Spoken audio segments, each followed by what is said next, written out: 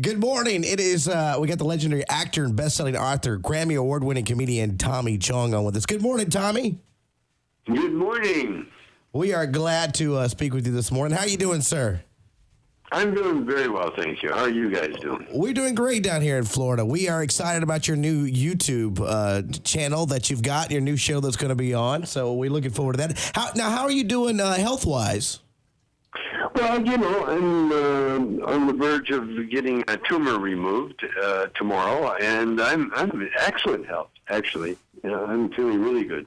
Yeah, you look. You know, I have to say, you look great. I've seen a recent interview you had, and you look great. And you know, a lot of work you go into, but going into, I can only imagine how much time and effort you put into this show. Now, the show that's going to be on YouTube, tell us a little bit about it. Well, it's your standard talk show, but I've got really interesting guests. The guests that are like YouTube stars. People that have a lot of number of followers on their Facebook and the YouTube, and so it's sort of like a new age kind of approach. And with me, I'm been around for so long that I can look really interested when I'm not, Yeah, I was seeing some of the trailer you had. I seen you had the guitar out. I seen you doing like your own stand up. It looks like you're having a lot of fun. To be honest with you, Tommy. Oh, that's what I'm having so much fun. It's incredible, because there's no pressure. I'm the boss, so I just have to worry about looking in the camera and not having any food on my face. Hey, how's it going, Tommy? I'm RBG, a.k.a. Random Black Guy, longtime fan, first-time interviewer. In my opinion, the government has unfairly used you and your celebrity status in the marijuana culture against you in their calls on the war on drugs, quote-unquote, as far as weed is concerned. Do you agree with this opinion? Absolutely. But there's a karmic effect. What goes around comes around. Everything the government threw at me, I took and used it, and that's why I've got a talk show on YouTube right now. Mm-hmm. Thanks to the government. If it wasn't for the government, I would have been a comedian of the past, a thing of the past. Yes. But when they put me in jail, they reinvigorated my career to the point where, look at me now, I'm a world-known icon. Absolutely. So thank you, U.S. government. Yeah, right. No such thing as bad press. Brother, man, my name is, I'm Johnny, man, and I'll tell you what, I've seen every single movie you've ever had, but I was, my biggest things were the albums. I mean, that was basically my crib music growing up. I've personally used a couple of those big bamboo papers back in the past, but dude, man, I tell you what, you're an icon, you're an idol. I've always looked up to you and Chong, man, and a lot of people are asking, I don't know if it's going to happen or not, but if you and Cheech were ever going to grace the big screen again and make one comeback movie, or is there any talks about anything like that? Yeah, it's been in the works now for over 10 years. Oh, over 10 years. We've been trying.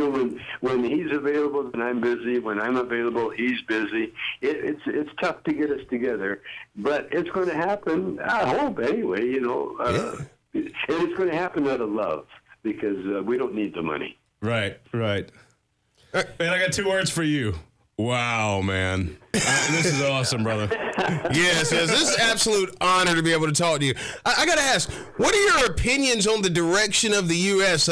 With the states progressively accepting medical and recreational marijuana usage? And did you ever think you'd see this in your lifetime? Yeah, I've always known that pot was superior to anything else on the planet, and I've always known that, and because I grew up in the black culture, like my first, the guy that gave me my first joint was a jazz musician, and I've always, been into that black culture, and the black culture has always embraced marijuana.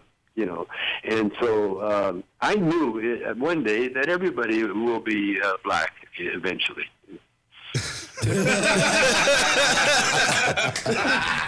Now, Tommy, how often were you high on that 70s show? Not often enough. You're my favorite part. I had to cut back on my smoking because they had things called a script, and I had to do dialogue, which was really new to me. Which is why I never had a whole lot of dialogue on that show, because I could only handle a few words at a time. You're still my favorite part of that 70s show. But you get me high, and turn me on and say, hey, just do whatever. Then I can go for a long time. But when I got to remember things, that's when I get into trouble. That's why Keach is so much better at that than I am, and that's why he used to do a lot of the talking in our movies, and I never. They should have just let you run like Jonathan Winters. Here's a microphone, just kind of do your thing, Yeah. That's the best way to do it, Oh yeah. Now I did notice in the trailer for your new show, Almost Legal with Tommy Chong. Did you had a chef hat on? You're gonna be cooking, teaching us recipes? Yeah, we had a guy that does a food truck. That's a big craze here in Los Angeles. Where food trucks descend on different neighborhoods, and then the whole neighborhood comes out, and the whole city comes out, and it's like a Mardi Gras. And so we had one of the guys, that started that food truck craze on there cooking, and so we're going to have all kinds. We're going to explore everything.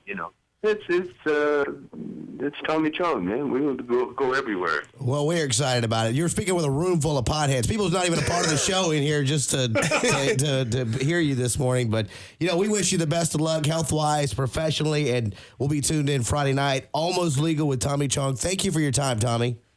No, my pleasure. And tell him, don't bogart that joint, man. Just pass it around. You got it. Thank you, Tom. Okay, ready. Bye.